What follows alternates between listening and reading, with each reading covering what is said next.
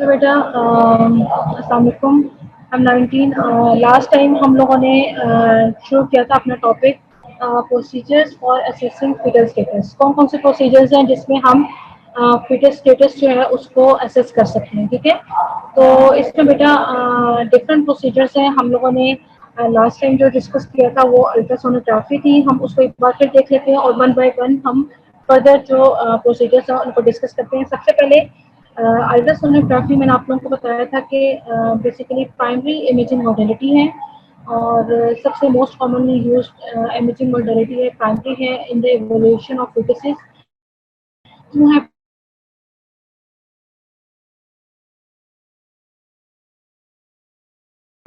उसके बाद हम लोग देखते हैं कि फिटल एबनॉर्मेलिटीज जो हैं वो मेजर कर सकते हैं, बायोप्सीज ले सकते हैं फिटल टिश्यूज की, ठीक है, under the guidance of ultrasound.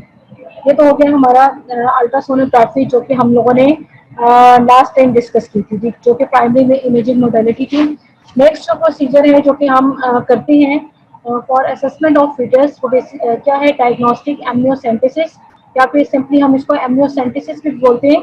Basically बेटा एमनियोसेंटेसिस को हम कहते हैं कि also refer to as an amniotic fluid test. इसमें बेसिकली हम क्या कहते हैं, एमनियोटिक फ्लूइड टेस्ट करते हैं। एमनियोटिक फ्लूइड का सैंपल लेते हैं और इसमें in this procedure small amount of amniotic fluid जिसमें फीटल टिश्यू होता है इस sample from the amniotic cavity या फिर एमनियोटिक सेट जिसको हम कहते हैं, जिसने सराउंड किया होता है डेवलपिंग फीटस को, ठीक है। तो बेसिकली एमनियोसेंटेसिस में क्या होता है कि हम एमनियोटिक फ्लूइड टेस्ट करते हैं। एमनियोटिक कैविटी में से हम एमनियोटिक फ्लूइड का सैंपल लेते हैं जिसमें फीटल टिश्यू प्रेजेंट होता है और इसमें हम बेसिकली फीटल डीएनए को फिर एग्जामिन करते हैं फॉर जेनेटिक एबनॉर्मेलिटीज, ठीक है। तो बेसिकली एमनियोसेंटेसिस हम क्यों करते हैं, it is used primarily in prenatal diagnosis of chromosomal abnormalities, ठीक है। बेसिक इसकी क्या रीजन है कि हम क्यों ये टेस्ट करते हैं, for the diagnosis of prenatal diagnosis of chromosomal abnormalities, जिसमें मोस्ट कॉमन क्रोमोसोमल एबनॉर्मेलिटी आ जाती है डाउन सिंड्रोम, ठीक है। सो इसके हम देखते हैं कि ये बेसिकली क्या है, this is a common invasive prenatal diagnostic procedure. Perform कब करते हैं हम, इसका टाइम होता है usually perform between 15 and 18 weeks, ठीक है। 15 एंड 18 वीक्स के दरमियान में हम इसको परफॉर्म करते हैं और बिकॉज इस टाइम पीरियड पे जो एमनियोटिक फ्लूइड का जो वॉल्यूम होता है वो इतना होता है कि आप उसमें से सैंपल ले सकें, ठीक है। अगर आप इसको बिफोर 14 वीक परफॉर्म करोगे तो ये जो है डिफिकल्ट होगा टू परफॉर्म, बिकॉज उस टाइम पे एमनियोटिक फ्लूइड का जो वॉल्यूम होता है वो इतना ज़्यादा नहीं होता कि आप उसमें से सैंपल ले सको, ठीक है। सो 15 to 18 वीक्स के हम इसको परफॉर्म करेंगे। इन्वेसिव प्रीनेटल डायग्नोस्टिक प्रोसीजर है। अब अगर हम लोग रिस्क की बात करें तो इसमें रिस्क के चांसेस तो कम है।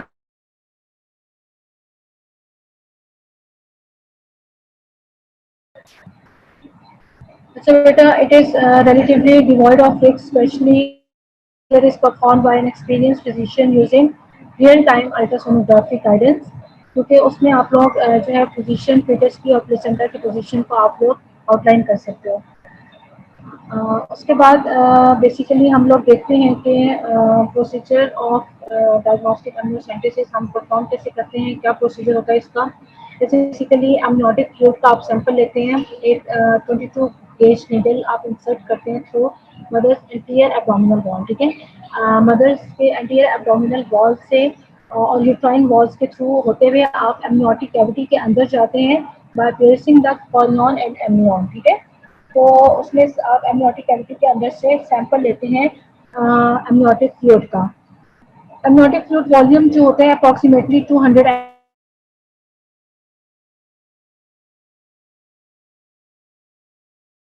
ये आप लोगों को डायग्राम दिखाई दिए, दिस वन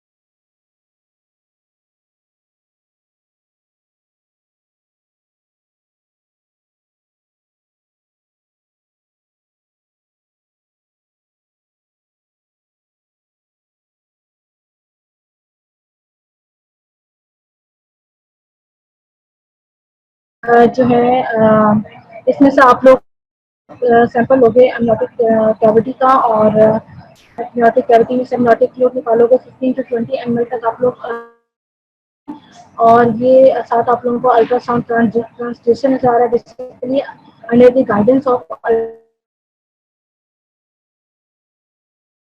हम लोग देखेंगे डायग्नोस्टिक वैल्यू ऑफ एमनियोसेंटेसिस के क्या रीज़न है कि हम एमनियोसेंटेसिस क्यों परफॉर्म करेंगे।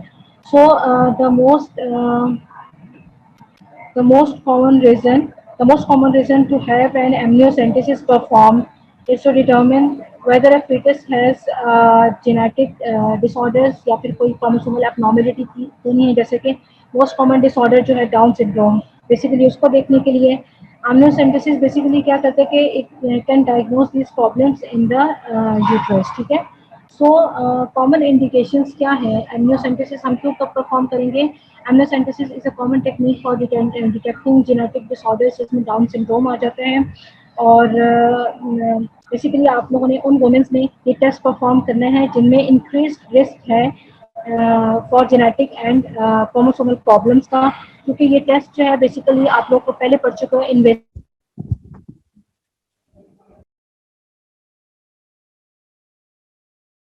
हम लोग इसके इंडिकेशन देख रहे हैं क्योंकि आप लोगों को पता होना चाहिए कि कौन से पेशेंट्स हैं, कौन सी मदर्स हैं जो कि इंक्रीज रिस्क पर हैं, जिनमें एमनियोसेंटेसिस करना जरूरी है, ठीक है। तो इंडिकेशंस कौन कौन सी हैं, एडवांस मैटरनल एज हो सकती है मोर देन 38 ईयर्स, उसमें डाउन सिंड्रोम का चांस ज़्यादा है। इसके अलावा प्रीवियस हिस्ट्री है चाइल्ड की, previous birth of a child with trisomy 21 down syndrome. इसके अलावा कोई भी किसी भी पेरेंट में क्रोमोसोमल एबनॉर्मेलिटी प्रेजेंट हो, उसमें आप लोग ये परफॉर्म करोगे।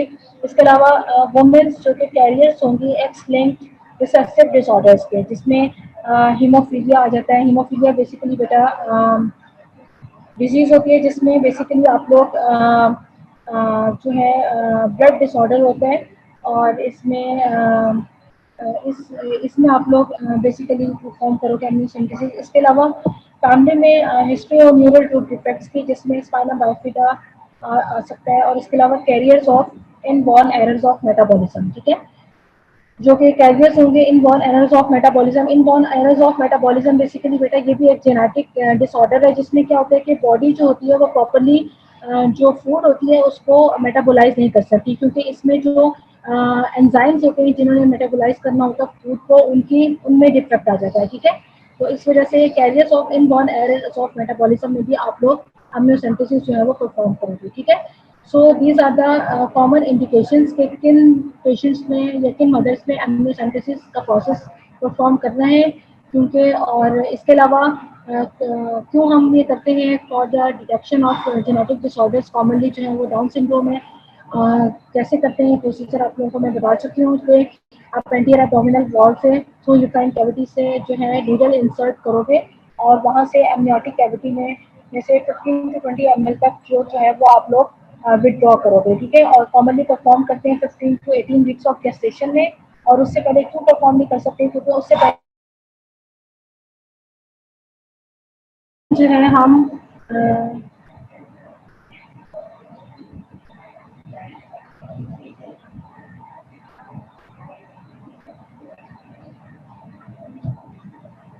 अल्फा फीटोप्रोटीन ऐसे आप लोगों को मैंने बताया कि ये ब्लड टेस्ट है, और इसमें बेसिकली हम मदर्स ब्लड लेते हैं और उसमें अल्फा फीटोप्रोटीन्स की जो अमाउंट है उसको ब्लड में देखते हैं, ठीक है।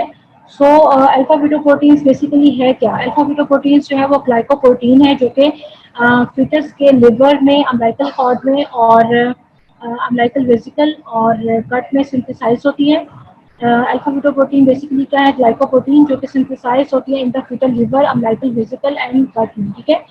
और इसकी कंसंट्रेशन जो होती है वो फीटल सीरम में हाई होती है, और ये basically weeks after the last normal menstrual period, और बहुत कम अमाउंट होती है अल्फा फीटोप्रोटीन्स की जो कि नॉर्मली एंटर होती है अमनियोटिक फ्लूइड में, ठीक है। सो ड्यूरिंग बेबीज डेवलपमेंट, जब बेबी डेवलप कर रहा होता है तो कुछ अमाउंट जो होती है अल्फा फीटोप्रोटीन्स की प्लेसेंटा से मदर्स के ब्लड में पास कर जाती हैं, और नॉर्मली जो होती है अनबॉर्न बेबीज जो होती हैं वो मेक अल्फा फीटोप्रोटीन्स, और ये जो शो होती है इन मदर्स ब्लड में। और अब हम अल्फा बीटा प्रोटीन्स जो है वो मदर्स के ब्लड में क्यों चेक करेंगे? Checking the level of alpha beta proteins in mother blood can show if her baby में हैव प्रॉब्लम्स। अब इसमें बेसिकली कहाँ पे प्रॉब्लम्स हो सकती हैं अगर इनका लेवल्स अगर आप लोगों को हाई मिलेगा, और बेसिकली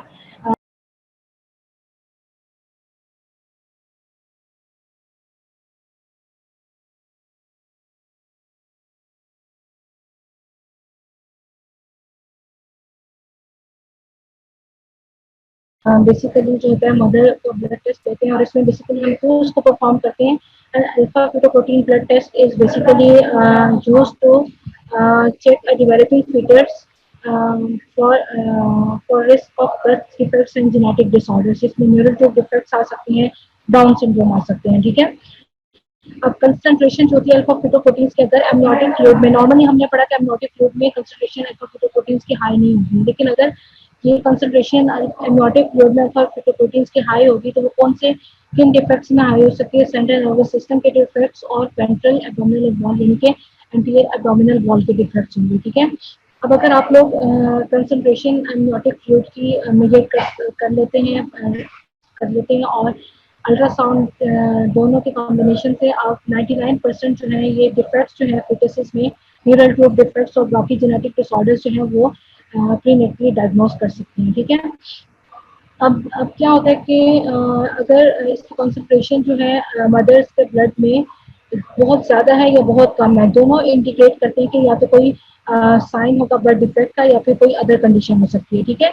अब अगर हाई कंसेंट्रेशन होगी अल्फा फीटोप्रोटीन्स की इन मैटरनल सीरम, तो उसमें क्या होगा कि ज़्यादा चांसेस है कि fetus has an open neural tube defect, ठीक है। तो उसमें न्यूरल ट्यूब डिफेक्ट आ सकते हैं जिसमें कि जैसा कि स्पाइना बाइफिटा, जिसमें बेसिकली स्पाइंस की जो बोन्स होती है वो क्लोज नहीं होती।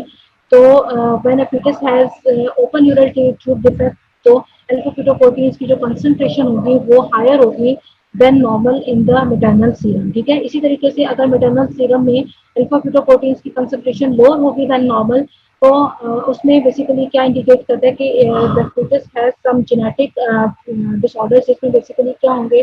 डाउन सिंड्रोम, जिसको हम ट्राइसोमी 21 कहते हैं, एडवर्स सिंड्रोम, ट्राइसोमी 18 या फिर कुछ और क्रोमोसोमल डिफेक्ट्स हो सकते हैं, ठीक है। तो बेसिकली अल्फा फीटोप्रोटीन्स हम लोगों ने डिस्कस किया। अल्फा फीटोप्रोटीन्स क्या है? ग्लाइकोप्रोटीन है जो कि फीटस का लिवर, गट और अम्बिलिकल वेसिकल सिंथेसाइज करता है। नॉर्मली इसकी कंसंट्रेशन होती है अमनियोटिक फ्लूइड में कम होती है, लेकिन अगर इसकी कंसंट्रेशन अमनियोटिक फ्लूइड में ज़्यादा हो तो ये शो करता है defects of central nervous system और एंटीरियर एब्डोमिनल वॉल के, ठीक है। और ये एक ब्लड टेस्ट है जो कि हम परफॉर्म करते हैं by taking the mother's blood. और अगर मदर्स के ब्लड में, सीरम में कंसंट्रेशन हाई होगी अल्फा फीटोप्रोटीन्स की देन नॉर्मल, तो ये इंडिकेट करेगा कि basically fetus has some open neural tube defect, for example spina bifida. And if the maternal serum shows lower concentrations of alpha fetoproteins than normal, then it indicates some genetic problems which includes Down syndromes, trisomy 18 and other chromosomal defects, ठीक है। तो these are the alpha fetoproteins. Next procedure जो कि perform होता है वो basically उसमें आ जाते हैं स्पेक्ट्रोफोटोमेट्रिक स्टडीज। इसमें बेसिकली बेटा स्पेक्ट्रोफोटोमेट्रिक स्टडीज में भी हम एमनियोटिक फ्लूइड के एग्जामिनेशन करते हैं बाय स्पेक्ट्रोफोटोमेट्रिक स्टडीज। और ये बेसिकली हम यूज करते हैं किन डिजीजेस में? एरिथ्रोब्लास्टोसिस फर्टाइलिस या फिर जिसको हम haemolytic disease of the neonate भी कहते हैं, ठीक है। इस डिजीज में बेसिकली क्या होता है कि जो फीटल रेड ब्लड सेल्स होते हैं उनकी डिस्ट्रक्शन होती है बाय मैटरनल एंटीबॉडीज, ठीक है। तो इसमें बेसिकली जो RH नेगेटिव मदर होती है वो बॉडीज बना देती है अगेंस्ट द RH जो है पॉजिटिव इसके बेबीज के, जिसकी वजह से क्या होता है कि डिस्ट्रक्शन होती है फीटल रेड ब्लड सेल्स की। और इसमें क्या होता है कि कंसंट्रेशन जो होती है बिलिरुबिन की और दूसरे पिगमेंट जो कि प्रेजेंट होंगे वो कोरिलेट करती है with the degree of haemolytic disease के। जितनी अगर कंसंट्रेशन ज़्यादा होगी तो इसका मतलब है कि हेमोलिटिक डिजीज की जो है वो greater degree of haemolytic disease है बेसिकली। क्योंकि ड्यूरिंग अर्ली नॉर्मल प्रेगनेंसी में क्या होता है कि जो पिगमेंट्स होते हैं एमनियोटिक फ्लूइड में उनका एक लेवल होता है जो कि अगर बाद में प्रेगनेंसी में जो है वो अगर ज़्यादा हो तो वो उसको हम एबनॉर्मल कंसिडर करते हैं। इसी तरीके से एरिथ्रोब्लास्टोसिस फर्टाइलिस जो होती है उसमें बेसिकली क्या होता है कि इस characterized by persistence of that pigments जो कि प्रेजेंट होंगे अर्ली। अगर वो परसिस्ट करेंगे तो वो बेसिकली वो इंडिकेट करेगा एरिथ्रोब्लास्टोसिस फेटालिस को, ठीक है। तो इसमें स्पेक्ट्रोफोटोमेट्रिक स्टडीज में बेसिकली हम एग्जामिनेशन एमनियोटिक फ्लूइड का करते हैं for assessing the degree of erythroblastosis fetalis और haemolytic disease of the unit. और उसमें बेसिकली जो पिगमेंट्स होते हैं उनकी हम जो है लेवल्स उनको चेक करते हैं, ठीक है। Next one another important procedure वो है chorionic villus sampling. Chorionic villus sampling बेटा basically it is the procedure prenatal test जिसमें हम बेसिकली सैंपल लेते हैं कोरियोनिक विलाई का। और ये बेसिकली कोरियोनिक विलाई क्या होता है, रिमूव होता है from the placenta. Placental tissue है, प्लेसेंटा से हम सैंपल लेंगे, ठीक है। और ये सैंपल जो है बेटा हम दो तरीकों से ले सकते हैं। The sample can be taken through the cervix और थ्रू द एब्डोमिनल वॉल। और बेसिकली कोरियोनिक विलर सैंपलिंग क्या बताएगा, ये क्या रिवील करेगा, weather a baby has chromosomal conditions for example, जिसमें वही जो मोस्ट कॉमन है डाउन सिंड्रोम और अदर जेनेटिक कंडीशन आ सकती हैं, ठीक है। तो सो कोरियोनिक विलर सैम्पलिंग में बेसिकली हम प्रोसीजर हम इसमें बायोप्सी टिश्यू सैम्पलिंग लेंगे from ट्रोफोप्लास्टिक tissue, basically the placental tissue.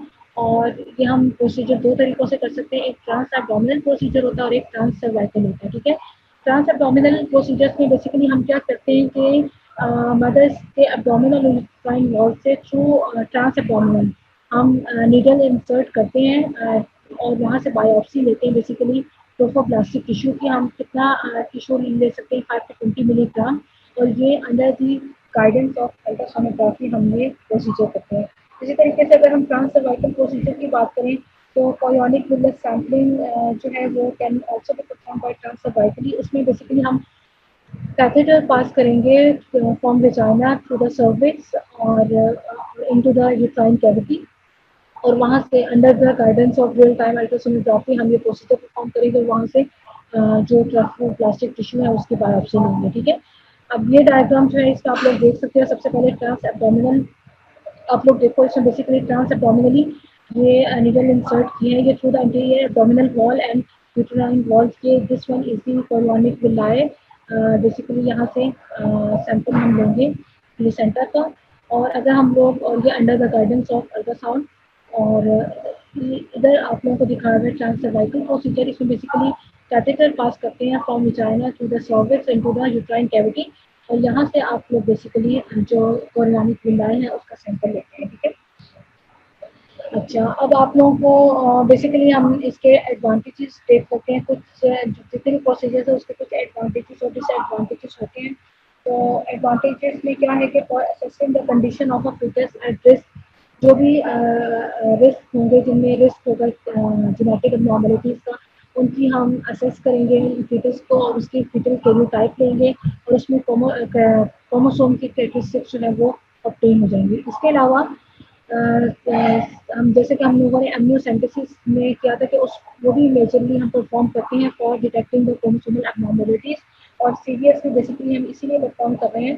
तो इसका एडवांटेज ओवर एमनियोसेंटेसिस क्या है कि बेसिकली ये जो है एमनियोसेंटेसिस हम लोगों ने कहा था कि हम परफॉर्म करते हैं between 15 to 18 weeks of gestation. जबकि जो सीरियस है कोरियोनिक विलर सैम्पलिंग है वो बेसिकली हम परफॉर्म करते हैं 10 to 12 वीक्स ऑफ गेस्टेशन के दरमियान में, ठीक है। तो इसका एडवांटेज ओवर एमनियोसेंटेसिस क्या है कि ये प्रोसीजर जो है वो हम जल्दी परफॉर्म कर लेते हैं और इसकी वजह से क्या होता है कि हम क्रोमोसोमल एनालिसिस जो है वो अर्लियर कर सकते हैं एज कम्पेयर टू एमनियोसेंटेसिस, ठीक है। और अर्लियर हम पता चला सकते हैं कि फीटस की कोई जेनेटिक एबनॉर्मलिटी है कि नहीं। इसके अलावा अगर हम डिसएडवांटेजेस की बात करें तो डिसएडवांटेजेस में क्या है कि इसमें जो मिसकैरेज का रेट है, तो रेट ऑफ फीटल लॉस है वो बेसिकली अप्रॉक्सीमेटली 0.5 से 1% जो है वो ज़्यादा है as compare with that of amniocentesis, ठीक है। तो मिसकैरेजेस का चांस इसमें 0.5 to 1% जो रेट है वो ग्रेटर है दैन एमनियोसेंटेसिस। और इसके अलावा कुछ रिपोर्ट्स ये भी कहती हैं कि इसमें increase risk of limb defects भी हो सकते हैं बाय कोरियोनिक विलर सैम्पलिंग, ठीक है। अब हम लोग देख लेते हैं कि हम diagnostic value of chorionic villus sampling हम दिस प्रोसीजर हम क्यों परफॉर्म करते हैं। बेसिकली बायोप्सीज लेते हैं कोरियोनिक विलाई की, क्यों लेते हैं फॉर डिटेक्टिंग क्रोमोसोमल एबनॉर्मलिटीज। इसके अलावा इनबॉर्न एरर्स ऑफ मेटाबॉलिज्म और एक्स लिंक्ड डिसऑर्डर्स होते हैं, जो कि सेक्स लिंक्ड डिसऑर्डर्स होते हैं, रन करते हैं फैमिलीज में। उनमें बेसिकली हम डायग्नोज करने के लिए कॉर्निकुलर सैंपलिंग लेते हैं। Inborn errors of metabolism basically मैंने आप लोगों को बताया था कि इसमें कोई एंजाइम्स जो होते हैं जो कि हेल्प करते हैं ब्रेक डाउन ऑफ फूड, उनमें एरर्स आ सकता है। ये रेगुलेटरी फैक्ट्स हैं, ठीक है। सो बेसिकली हम सीडीएस जो है इसे परफॉर्म करते हैं। कॉर्निक मिलर सैम्पलिंग जो है बेसिकली इसमें हम सैंपल लेते हैं प्लेसेंटा का, कॉर्निक मिलाई का, वहाँ से हम बायोप्सी लेते हैं उसकी, और ये हम ट्रांस सर्वाइकली और ट्रांस एब्डोमिनल परफॉर्म कर सकते हैं। और बेसिकली इसमें हम क्यों लेते हैं, हमने बेबी को देखना है कि उसमें कोई क्रोमोसोमल कंडीशन, कोई एबनॉर्मलिटीज तो नहीं है, ठीक है। अब इसका जो है हम कब परफॉर्म करते हैं 11 to 12 वीक्स ऑफ gestation, और यही इसका एडवांटेज है ओवर एम्नियोसेंटेसिस के। ये हम अर्लियर परफॉर्म कर लेते हैं तो अर्लियर हमें इसके रिजल्ट्स मिल जाते हैं, और हम अर्लियर हम डिटेक्ट कर सकते हैं क्रोमोसोमल एबनॉर्मलिटीज अगर कोई प्रेजेंट होती है। और और इसके अलावा इसका जो डिसएडवांटेज है कि इसमें बेसिकली जो लॉस ऑफ फीटल, जो लॉस है, रेट ऑफ फीटल लॉस, वो थोड़ा सा 1% है, 1 से 1% है, वो ज़्यादा है एज कम्पेयर टू एमनियोसेंटेसिस, ठीक है। नेक्स्ट बेटा, नेक्स्ट प्रोसीजर जो है, अब हम लोगों ने इम्पोर्टेंट जो बहुत इम्पोर्टेंट फीचर्स थे वो हम प्रोसीजर से हम डिस्कस कर चुके हैं। अल्ट्रासोनोग्राफी, एमनियोसेंटेसिस, अल्फा फीटोप्रोटीन्स और कॉरियोनिकुलर सैंपलिंग बहुत इंपॉर्टेंट है। अक्सर आप लोगों को ये एग्जाम में लिखने को आते हैं, इनका डिफरेंस पता होना चाहिए, कब होते हैं, किस तरह परफॉर्म होते हैं और क्यों हम परफॉर्म करते हैं, ये सारी चीज़ें आप लोगों को मैं बता चुकी हूँ। फर्दर और प्रोसीजर्स हैं जो कि हम लोग देखते हैं इसमें, और फर्दर कौन कौन से आ सकते हैं इसमें। बेसिकली सेल कल्चर्स हैं और क्रोमोसोमल एनालिसिस, ठीक है। अब इसमें बेटा ये सेल कल्चर और क्रोमोसोमल एनॉमलीज बेसिकली अगर असिस्टेड रिप्रोडक्टिव टेक्नोलॉजीज के थ्रू कंसेप्शन हुई हो, ठीक है, जिसमें in vitro in vivo fertilization इस तरह की दूसरी टेक्नोलॉजीज आ जाती हैं, तो उसमें बेसिकली आप जो है जो मेच्योर ब्लास्टोसिस्ट होते हैं वहाँ से बायोप्सी ले सकते हो और फीटल सेल्स को एनालाइज कर सकते हो। तो ये कंडीशन है जिसमें सेल कल्चर्स और क्रोमोसोमल एनालिसिस आप लोग करोगे। और दूसरा से ये जो कल्चर्स हैं वो हम क्यों परफॉर्म करते हैं कि जब ऑटोसोमल एबनॉर्मलिटी जैसे कि डाउन सिंड्रोम सस्पेक्टेड हो उसमें, और इसके अलावा फीटल सेक्स का जो नॉलेज है वो हमें पता होना चाहिए in severe sex linked hereditary disease, जिसमें हम लोगों ने पढ़ा हीमोफीलिया है। वो बेसिकली हीमोफीलिया क्या है कि इनहेरिटेड डिसऑर्डर होता है ब्लड कोएगुलेशन का। इसमें बेसिकली जो कोएगुलेशन फैक्टर्स होते हैं वो जो है वो नहीं बनते, लैक ऑफ कोएगुलेशन फैक्टर्स होते हैं, मोस्टली फैक्टर 8। इसकी वजह से क्या होता है कि पेशेंट जो होता है वो ब्लीड करता है severely even from A site injury, ठीक है।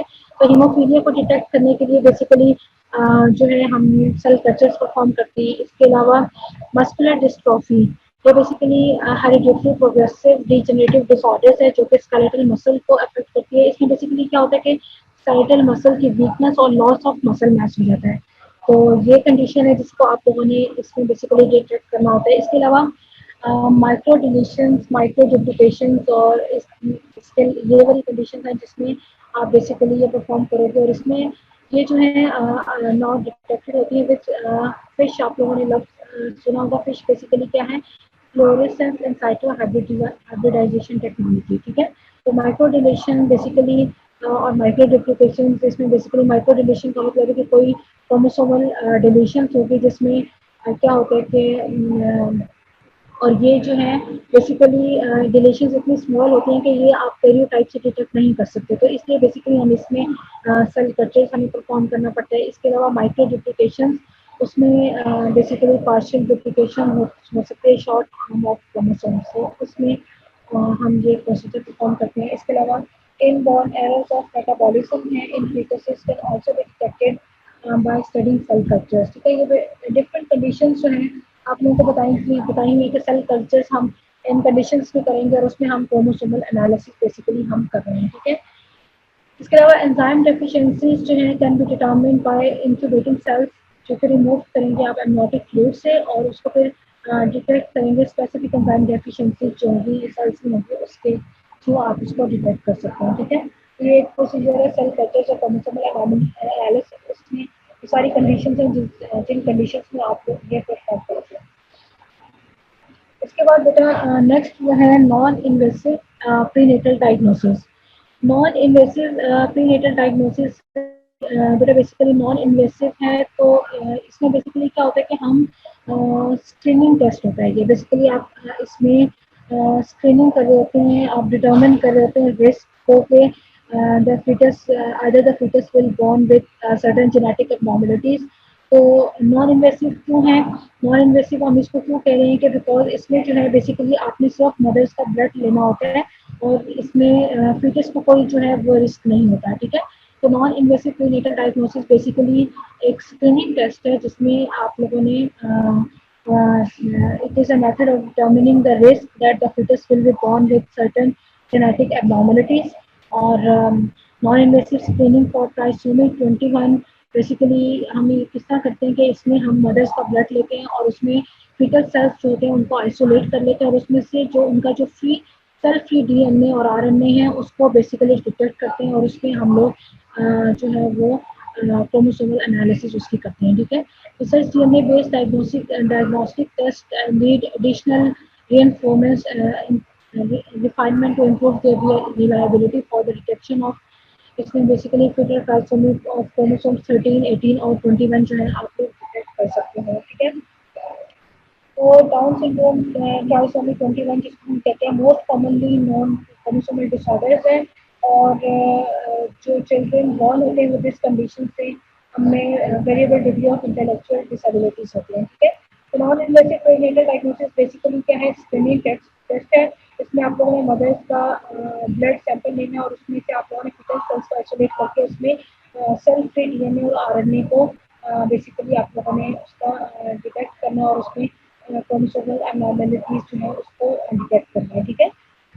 नेक्स्ट जो प्रोसीजर है वो है फीटल ट्रांसफ्यूजन। फीटल ट्रांसफ्यूजन बेटा बेसिकली जैसे कि आप लोगों को पहले भी बताया था कि haemolytic disease of the neonate या फिर जो एरिथ्रोब्लास्टोसिस फेटालिसिस है, ये बेसिकली जो ये वाली जो कंडीशंस होती हैं इसमें हम इंट्रायूट्राइन ब्लड ट्रांसफ्यूजन परफॉर्म करते हैं, ठीक है। फीटल को हम ब्लड ट्रांसफ्यूज करते हैं क्योंकि इसमें बेसिकली ये ब्लड डिसऑर्डर्स है जिसमें जो फीटस का जो ब्लड है वो इसमें रेड ब्लड सेल्स जो होते हैं वो फीटस के वो डिस्ट्रॉय हो रहे होते हैं, ठीक है। और ये ब्लड डिसऑर्डर्स क्यों होते हैं? when the blood types of a mother and a baby can be और जो होते हैं when the blood types of mother and baby are incompatible। तो इसमें basically R S negative mother होती है और उसमें आर एस पॉजिटिव जो होता है फीटस उसके खिलाफ मेटाबॉलिक एंटीबॉडीज होती हैं जिसकी वजह से जो रेड ब्लड सेल्स होते हैं फीटस के वो डिस्ट्रॉय हो जाते हैं और उसमें इन कंडीशंस में जो है फीटस को हम इंट्रायूट्राइन ब्लड ट्रांसफ्यूजन जो होते हैं उसके जरिए ट्रीट करते हैं, ठीक है। तो fetus with hemolytic disease of the neonate can be treated by intrauterine blood transfusions और इसमें बेसिकली कैसे परफॉर्म करते हैं कि blood is injected through a needle inserted into the fetal peritoneal cavity, ठीक है। तो एक तो तरीका ये है कि आप नीडल इंसर्ट करेंगे फीटल पेरिटोनियल कैविटी में और वहाँ से ब्लड जो है वो इंजेक्ट करेंगे। लेकिन रिसेंट एडवांसेस में ये है कि अब cutaneous umbilical cord blood sampling जो है वो रिसेंटली जो हो रही है उसमें बेसिकली ब्लड और जो पैक्ड रेड ब्लड सेल्स होते हैं वो हम डायरेक्टली अम्बिलिकल वेन से के जरिए ट्रांसफ्यूज करते हैं और बेसिकली ये हम ट्रीट करते हैं फीटल एनीमिया को ड्यू टू आइसोइम्यूनाइजेशन। आइसोइम्यूनाइजेशन बेसिकली हम हेमोलिटिक डिजीज ऑफ न्यूनेट या फिर एरिथ्रोब्लास्टोसिस फेटालिस को ही हम कहते हैं, ठीक है। सो फीटल ट्रांसफ्यूजन हमें इन कंडीशन में ज़रूरत होती है और इसमें हम directly percutaneous umbilical cord blood sampling कर सकते हैं। उसमें ब्लड और जो ब्लड सेल्स होते हैं वो बेसिकली हम डायरेक्टली ट्रांसफ्यूज करते हैं into the umbilical vein for the treatment of fetal anaemia due to isoimmunisation. और इसके अलावा भी आप जो इन कंडीशंस में हेमोलिटिक डिजीज ऑफ न्यूनेट और इनका जो एरिथ्रोब्लास्टोसिस फेटालिसिस है, आजकल ब्लड ट्रांसफ्यूजन जो है वो जो है उसकी जो हम कम करते हैं बेसिकली, क्योंकि आरएस नेगेटिव जो मदर्स होती हैं उनको हम पहले ही एंटी आरएस इम्यूनोग्लोबुलिन जो है वो दे देते हैं, जिसकी वजह से जो अरिथ्रोब्लास्टोसिस फेटाइलिस और haemolytic disease of the neonate है, उनका जो ये डिजीज है इनको हम पहले से ही प्रिवेंट करते हैं। ठीक है, तो फिर ट्रांसफ्यूजन जो है हमें, अगर तो ये डिजीज होगी तो हमें फिर ट्रांसफ्यूजन हम इस तरीके से करते हैं, और इसमें हम डायरेक्टली ब्लड जो है वो देते हैं फीटस को through umbilical vein for the treatment of haemolytic disease of the newborn. ठीक है, नेक्स्ट इसके अलावा बेटा हम लोग जो है फीटल ट्रांसफ्यूजन जो होती है प्लेटलेट्स की हम ट्रांसफ्यूज करते हैं अम्बिलिकल वेन के थ्रू। और ये बेसिकली हम प्लेटलेट्स हम किस कंडीशन में करेंगे, ट्रांसफ्यूज करेंगे, alloimmune thrombocytopenia. Immune thrombocytopenia में बेसिकली कंडीशन होती है जिसमें जो प्लेटलेट्स होते हैं फीटस के वो नहीं बन रहे होते, डिक्रीज नंबर ऑफ प्लेटलेट्स होते हैं। तो इसमें जो फीटल हम डायरेक्टली प्लेटलेट्स को ही ट्रांसफ्यूज करते हैं into the umbilical cord vein, basically हम इस कंडीशन में करते हैं। इसके अलावा कुछ और कंडीशंस होती हैं जिसमें हमने ड्रग्स जो हैं वो ट्रांसफ्यूज करनी होती हैं फीटस को, तो उसमें भी हम इस प्रोसीजर के थ्रू ड्रग्स जो है वो ट्रांसफ्यूज कर सकते हैं। ठीक है, तो फीटल ट्रांसफ्यूजन में हमने बात की basically haemolytic disease of the neonate या फिर एरिथ्रोब्लास्टोसिस फेटाइलिस है, उसमें हम इंट्रायूट्राइन ब्लड ट्रांसफ्यूजन करते हैं। लेकिन विद रिसेंट एडवांसेस आजकल जो है percutaneous umbilical blood cord blood sampling करते हैं, उसमें डायरेक्टली हम अम्बिलिकल वेन के थ्रू जो है पैक्ड रेड ब्लड सेल्स जो है वो ट्रांसफ्यूज कर सकते हैं। और इन कंडीशंस में आजकल जो है ट्रांसफ्यूजन रिड्यूस है, क्योंकि जो आर एस नेगेटिव मदर्स होगी, आर एस पॉजिटिव फीटस की हम उनको एंटी आर एस इम्यूनोग्लोबुलिन जो है वो पहले ही दे देते हैं, जिसकी वजह से क्या होता है कि वो इस डिजीज को प्रिवेंट डेवलप होने से प्रिवेंट कर सकते हैं। ठीक है, इसके अलावा कुछ कंडीशन होती हैं जैसे कि एलोइम्यून थ्रोम्बोसाइटोपेनिया, उसमें हम प्लेटलेट्स जो है वो ट्रांसफ्यूज करते हैं directly into the umbilical cord vein. और इसके अलावा कुछ ड्रग्स जो हैं वो भी हम इस सिमिलर अम्बिलिकल कॉर्ड वेन के थ्रू जो है कुछ मेडिकल कंडीशन उसमें हम ट्रांसफ्यूज कर सकते हैं। ठीक है, नेक्स्ट वन बेटा हमारे पास जो प्रोसीजर है वो है फीटोस्कोपी। फीटोस्कोपी बेसिकली इसमें हम क्या करते हैं कि फाइबर ऑप्टिक इंस्ट्रूमेंट्स यूज करते हैं, external parts of the fetal body जो है वो हम डायरेक्टली ऑब्जॉर्व करते हैं।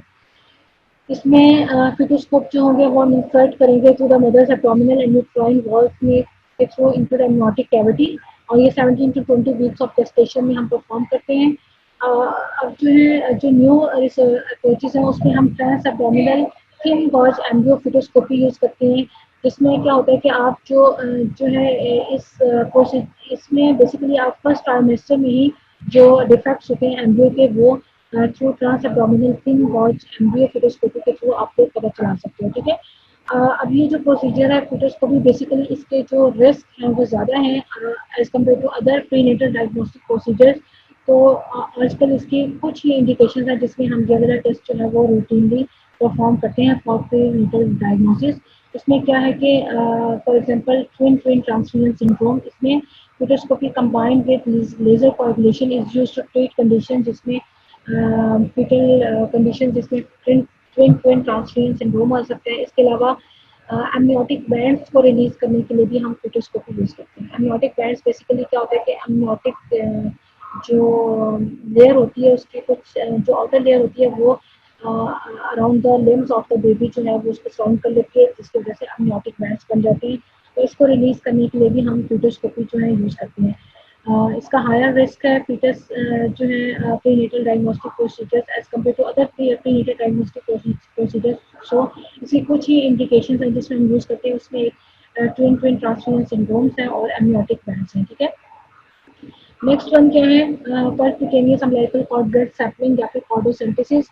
हम लोगों ने पीछे बात की ट्रांसफ्यूजन में, उसमें हम लोगों ने परक्यूटेनियस अम्बिलिकल कॉर्ड ट्रांसफ्यूजन की है। तो percutaneous umbilical cord blood sampling या फिर जो ये बेसिकली परफॉर्म होती है आफ्टर 18 वीक्स ऑफ gestation और under continuous direct ultrasound guidance. ठीक है, डायरेक्ट अल्ट्रासाउंड गाइडेंस के अंडर हम इसको परफॉर्म करते हैं।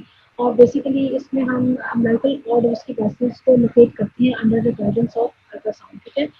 तो फिटल इसमें basically umbilical cord blood sampling हम क्यों करते हैं कि इसमें हम सैंपल्स लेते हैं फिटल ब्लड का directly from the umbilical vein by percutaneous umbilical cord blood sampling, या इस प्रोसीजर को हम कार्डियोसेंटेसिस भी कहते हैं। और क्यों हम सैंपलिंग लेते हैं, क्या हमने कौन से कंडीशन की डायग्नोसिस के लिए, तो बेसिकली इसमें एन यूक्लाइडी होती है जिसमें बेसिकली क्रोमोसोमल नंबर जो होता है वो चेंज हो सकता है, 45 हो सकता है, 47 हो सकता है इंस्टेड ऑफ 46, ठीक है। इसके अलावा फीटल ग्रोथ रेस्ट्रिक्शन है, उसमें बेसिकली हम फीटल कॉर्ड ब्लड सैंपलिंग करेंगे। फीटल इन्फेक्शन को हो सकता है फीटल एनीमिया, ठीक है। इसके अलावा ये जो प्रोसीजर है इसमें हम डायरेक्टली फीटस को ट्रीट भी कर सकते हैं। इसमें बेसिकली जैसे कि हमने पीछे बात की है फीटल ट्रांसफ्यूजन में, उसमें कि हम डायरेक्टली रेड ब्लड सेल्स जो है वो ट्रांसफ्यूज करते हैं फीटस को for the management of fetal anaemia as a result of haemolytic disease of the newborn, या फिर जिसको हम एरिथ्रोब्लास्टोसिस फीटालिस भी कहते हैं या फिर आइसोइम्यूनाइजेशन भी कहते हैं, ठीक है। So the cutaneous blood umbilical cord blood sampling में basically हम इसको परफॉर्म करते हैं 18 वीक्स ऑफ gestation में अंडर कंटिन्यूस अल्ट्रासाउंड गाइडेंस। और इसमें बेसिकली अम्बिलिकल कॉर्ड से सैंपल लेते हैं, फिटल सैंपल लेते हैं अम्बिलिकल वेन से। और किन कंडीशंस में हम ये सैंपल लेते हैं, अनयूक्लियोइडी में जिसमें क्रोमोसोमल नंबर जो है वो चेंज हो सकता है, नॉर्मल से कम हो सकता है, ज़्यादा हो सकता है। उन कंडीशंस को डिटेक्ट करने के लिए फिटल ग्रोथ रिस्ट्रिक्शन, यूजीआर जो कि हम लोगों ने लास्ट टाइम डिस्कस कर चुके हैं, इसके अलावा फीटल इन्फेक्शन या फिर फीटल एनीमिया को देखने के लिए, ठीक है। एक तो ये हम लोगों ने सैम्पलिंग दी है फॉर कंडीशंस को डिटेक्ट करने के लिए। इसके अलावा हम इसमें इस प्रोसीजर्स को यूज़ कर सकते हैं for treatment of fetus directly, कि इसमें हम डायरेक्टली अम्बिलिकल वेन से रेड ब्लड सेल्स जो है वो हम दे सकते हैं फीटस को इन कंडीशन, जैसे कि आप लोग पीछे पढ़ चुके हो, फिर haemolytic anaemia of the newborn, erythroblastosis fetalis या फिर आइसोइम्यूनाइजेशन, ये एक ही डिजीज के नाम है, ठीक है। नेक्स्ट बेटा प्रोसीजर है MRI, जिसको हम मैग्नेटिक रेजोनेंस इमेजिंग भी कहते हैं, ठीक है। ये बेसिकली हम तब यूज़ करते हैं कि जब आप कोई भी फिटल जो ट्रीटमेंट है उसको प्लान कर रहे हो, तो अगर आप लोग अल्ट्रासाउंड से आप लोगों ने जो है वो डिफेक्ट जो है वो डिटेक्ट कर लिया और अब उसका ट्रीटमेंट आप लोग प्लान कर रहे हो, तो MRI बेसिकली हम लोग करते हैं फॉर ये बेसिकली यूज होता है to provide more information about a defect, ठीक है। वो डिफेक्ट जो आप लोग डिटेक्ट कर चुके हो फीटस में जो अल्ट्रासाउंड इमेजेस, आप उसको मोर आप उसकी इंफॉर्मेशन लेने के लिए आप उसका MRI करोगे। MRI बेसिकली बेटा इसका एडवांटेजेस क्या है MRI के, ये जो है इसमें आयनाइजिंग रेडिएशन हम यूज नहीं करते, और इसके अलावा ये हाई सॉफ्ट टिश्यू कंट्रास्ट और रेजोल्यूशन जो होता है उसका होता है, यानी इसके जो सॉफ्ट टिश्यूज होते हैं उसको आप क्लियरली देख सकते हो, ठीक है। और उसकी रेजोल्यूशन पावर जो है वो भी ज़्यादा होती है, ठीक है। तो MRI बेसिकली एक और टेस्ट है जो कि आप परफॉर्म करते हो जब आप फिटल ट्रीटमेंट को प्लान कर रहे हो, ठीक है। तो इसमें बेसिकली आप इमेज बेहतर इमेज ले सकते हो, उसमें आप बेहतर तरीके से और इंफॉर्मेशन ले सकते हो उसके डिफेक्ट के बारे में, फिटल डिफेक्ट के बारे में। और इसका एडवांटेज क्या है कि इस does not use ionizing radiation, और इसके अलावा सॉफ्ट टिश्यू कंट्रास्ट और रेजोल्यूशन भी इसकी ज़्यादा होती है।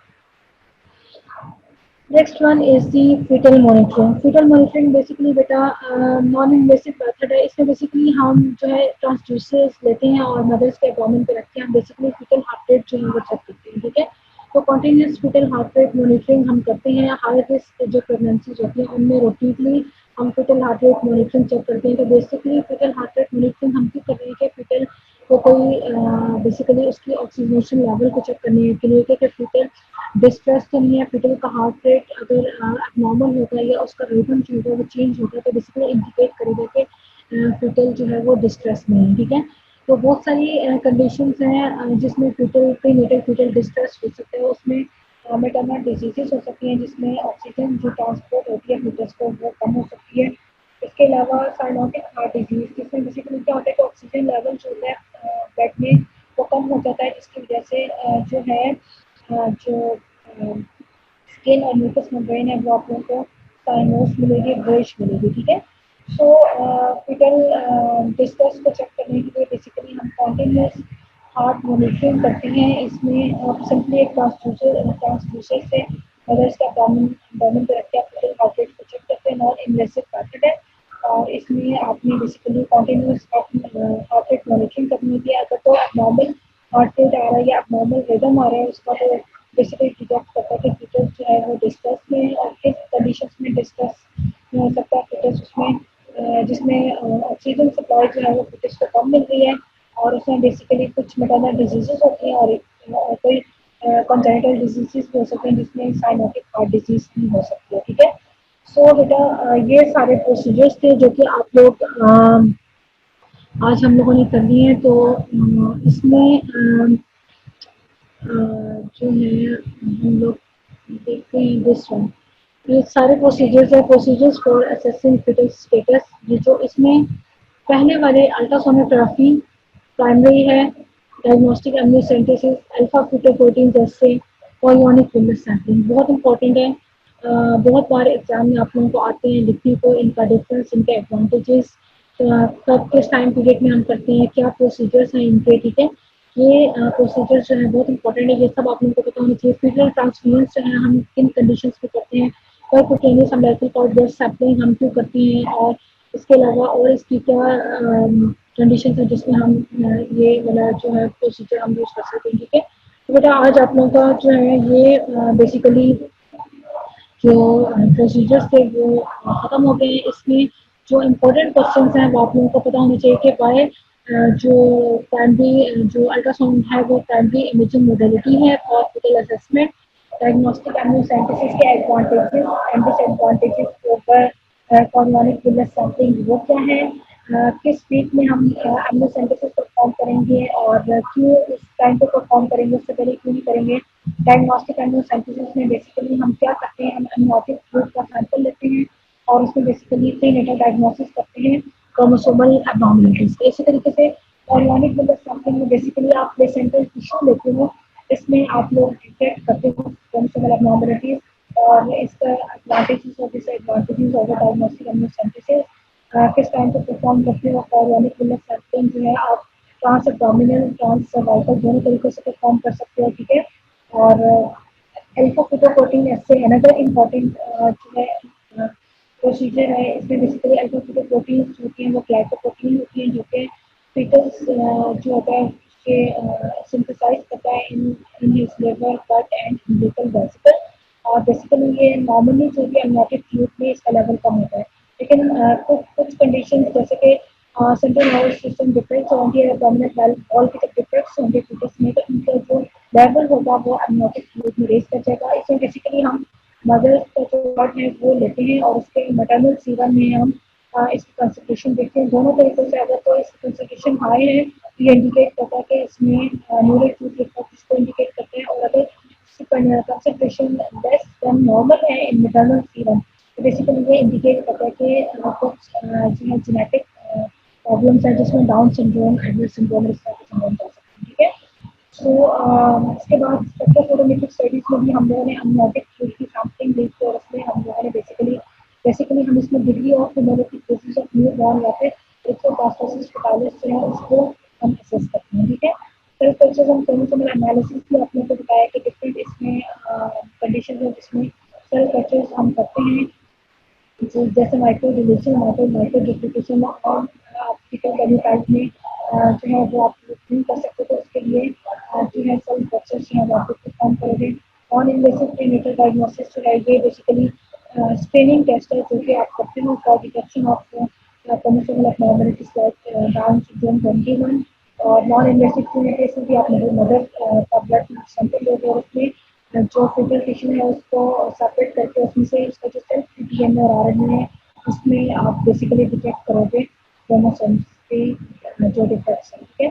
फिटल ट्रांसफ्यूजन आप लोगों ने बताया किन कंडीशंस में करते हैं, haemolytic disease of liver, erythroblastosis fetalis. इसके अलावा प्लेटलेट ट्रांसफ्यूजन भी आप कर सकते हो इम्यून थ्रोम्बोसाइटोपेनिया की कंडीशंस में, या फिर कुछ ड्रग्स जो है वो भी आप ट्रांसफ्यूज कर सकते हो। कुछ मेडिकल कंडीशन होती है जिसमें आप ड्रग ट्रांसफ्यूज करने होते हैं।